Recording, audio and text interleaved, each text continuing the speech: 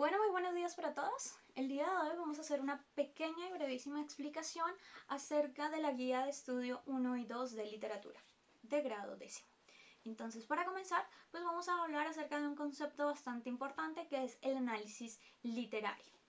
El análisis literario es la evaluación de los aspectos constitutivos de una obra, tanto a nivel estructural como a nivel de contenido. Es importante el análisis literario porque me permite a mí conocer todos los aspectos que tienen relación en la obra y que la configuran de una forma muy específica. ¿Listo? Elementos tanto extraliterarios como intraliterarios, es decir, dentro de la obra como tal, como constructo ya literario definitivo. Para hacer un análisis literario, nosotros tenemos que tener en cuenta 5 elementos. Primero, los datos generales tanto del autor como de la obra. Segundo, los personajes y su importancia. Tercero, la trama y el tema de la obra. Cuarto, la estructura y los recursos literarios que se utilicen. Y quinto, el argumento o mi valoración personal de la obra. ¿Listo? Bueno, para hablar del primer punto, que es los datos generales del autor y la obra, pues es necesario porque yo lo primero que debo hacer al acercarme a una obra literaria es reconocer quién la escribe. ¿Listo? Porque saber quién la escribe va a permitir que yo me ubique dentro de un universo extraliterario que la obra como tal no me cuenta únicamente. ¿Qué elemento extraliterario puedo encontrar yo ahí? Por ejemplo, el contexto social en el que vivió el autor, el contexto sociopolítico, el contexto económico. ¿Por qué? Porque estas cuestiones definen cómo el autor observa al mundo y pueden incluso llegar a definir las características compositivas de mi obra, los recursos estilísticos de mi obra. ¿Listo?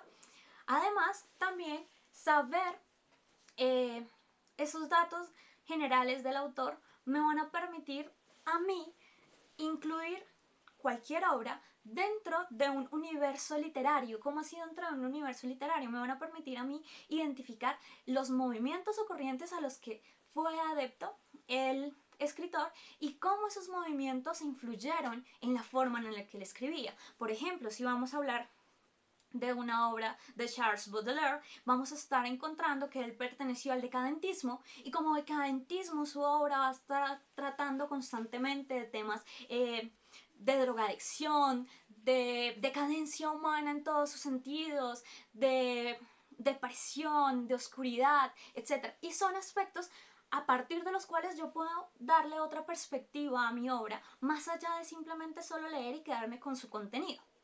¿Listo? Entonces, su primer momento es leer y reconocer quién fue el autor y cómo ese autor se inscribe dentro de un conjunto, dentro de una sociedad, porque es esta sociedad la que me va a permitir a mí entender muchas cosas del por qué hace su obra así. ¿Sí? Es muy diferente, por ejemplo, leer una obra literaria de, qué sé yo, Víctor Hugo, que es romanticismo francés, a leer una obra literaria de romanticismo latinoamericano como María. Nuevamente porque el contexto sociocultural y geográfico de ambos autores pues va a tener una incidencia y una influencia en el cómo se está escribiendo la obra y lo que se está diciendo. ¿Listo? Entonces, ese es un primer momento. Lo segundo también debemos entender con estos datos generales del autor y de la obra, cuál es el género y el subgénero al que pertenece esta obra. ¿Listo?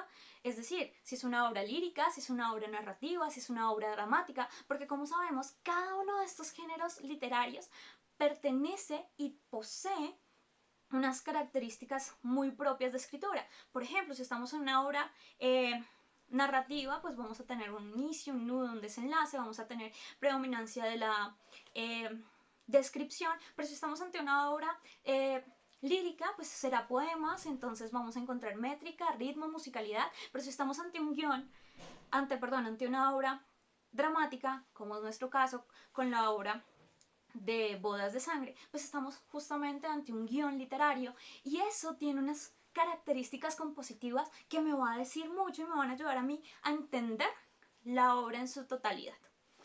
¿Listo? Entonces, primer elemento, reconocer quién es el autor y qué tipo de obra, qué tipo de género predomina o pertenece esta obra. ¿Listo? En un segundo momento debemos entender también, dentro de este mismo panorama general de la obra, cuál es el tipo de narrador que posee nuestra obra. ¿Por qué? Nuevamente, los tipos de narradores nos van a decir a nosotros muchos aspectos principales e importantes de la obra literaria. Si es un narrador omnisciente, vamos a tener un narrador que va a conocer pasado, presente y futuro de todos los personajes, que va a saber sentimientos, emociones, pero eso no es un narrador personaje. Este narrador lo único que nos va a contar a nosotros es sus vivencias, sus emociones, lo que le pasa a él, y va a dejar de lado todo el espectro narrativo que puede conseguir un narrador omnisciente. Entonces, saber qué tipo de narrador, ante qué tipo de narrador estamos, también nos va a ayudar a tener una perspectiva, una focalización del discurso específica. ¿Listo? Ya entonces, acá hablando, pasamos a nuestra segunda característica, que son los personajes y su importancia. ¿Listo? Según el tipo de personaje que presente en nuestra obra, pues va a tener unas características físicas, psicológicas, específicas. Entonces, un personaje principal, pues lo vamos a centrar con características más a profundidad y vamos a encontrar que sus características están explicadas a mayor grado que un personaje secundario, el que no se va a entrar a detallar gran parte. Si pensamos, por ejemplo, en nuestra obra Bodas de Sangre, sabemos que la novia es muchísimo más detallada en cuanto a sus descripciones, en cuanto a sus sentimientos, que el novio o la madre o la vecina. ¿Listo? ¿Por qué? Porque es el personaje principal y porque es necesario para poder llevarnos en la historia de la mano.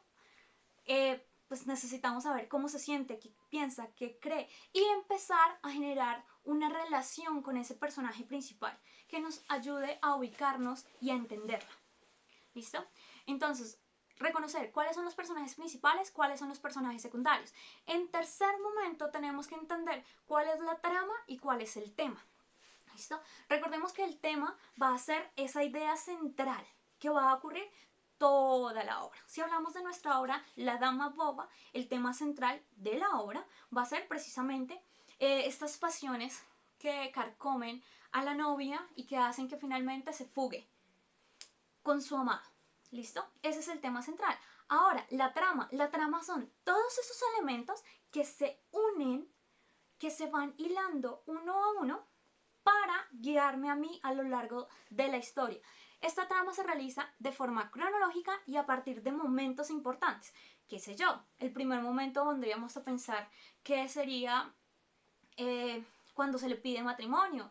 El otro momento es cuando está en el altar, cuando está antes de casarse y está hablando con su nodriza y ella siente temor, y etcétera. Y en otro momento cuando se fuga, y el último momento principal e importante de la trama cuando son asesinados o tienen esta riña los dos pretendientes. A eso nos referimos nosotros con la trama. Cómo se entreteje a partir de momentos muy, muy, muy importantes la historia central, ese tema central. ¿Listo? El cuarto elemento es la estructura y los recursos literarios que nosotros podemos entender. Recordemos que todo texto tiene una estructura específica. Esta estructura se puede dar a partir de varios elementos. ¿Listo? Pero principalmente es cómo está compuesto.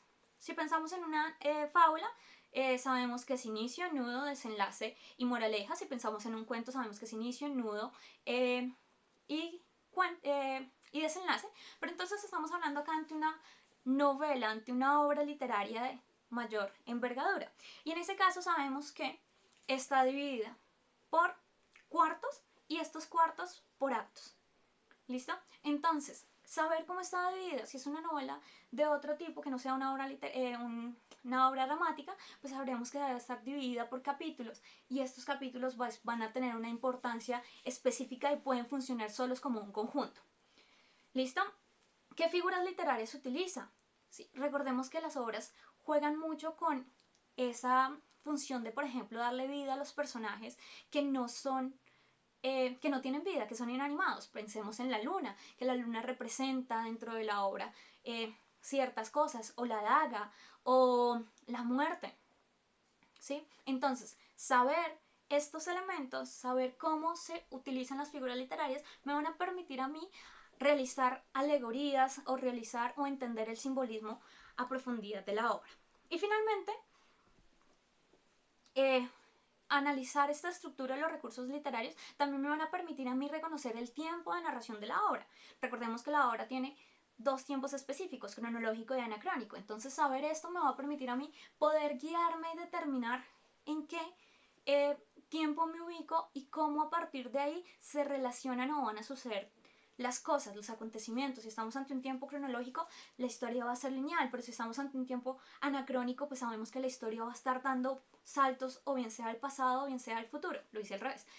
Pero pues eso nos va a guiar y nos va a dar pistas acerca de cómo se desarrolla todo el universo narrativo y cómo va a estar organizado.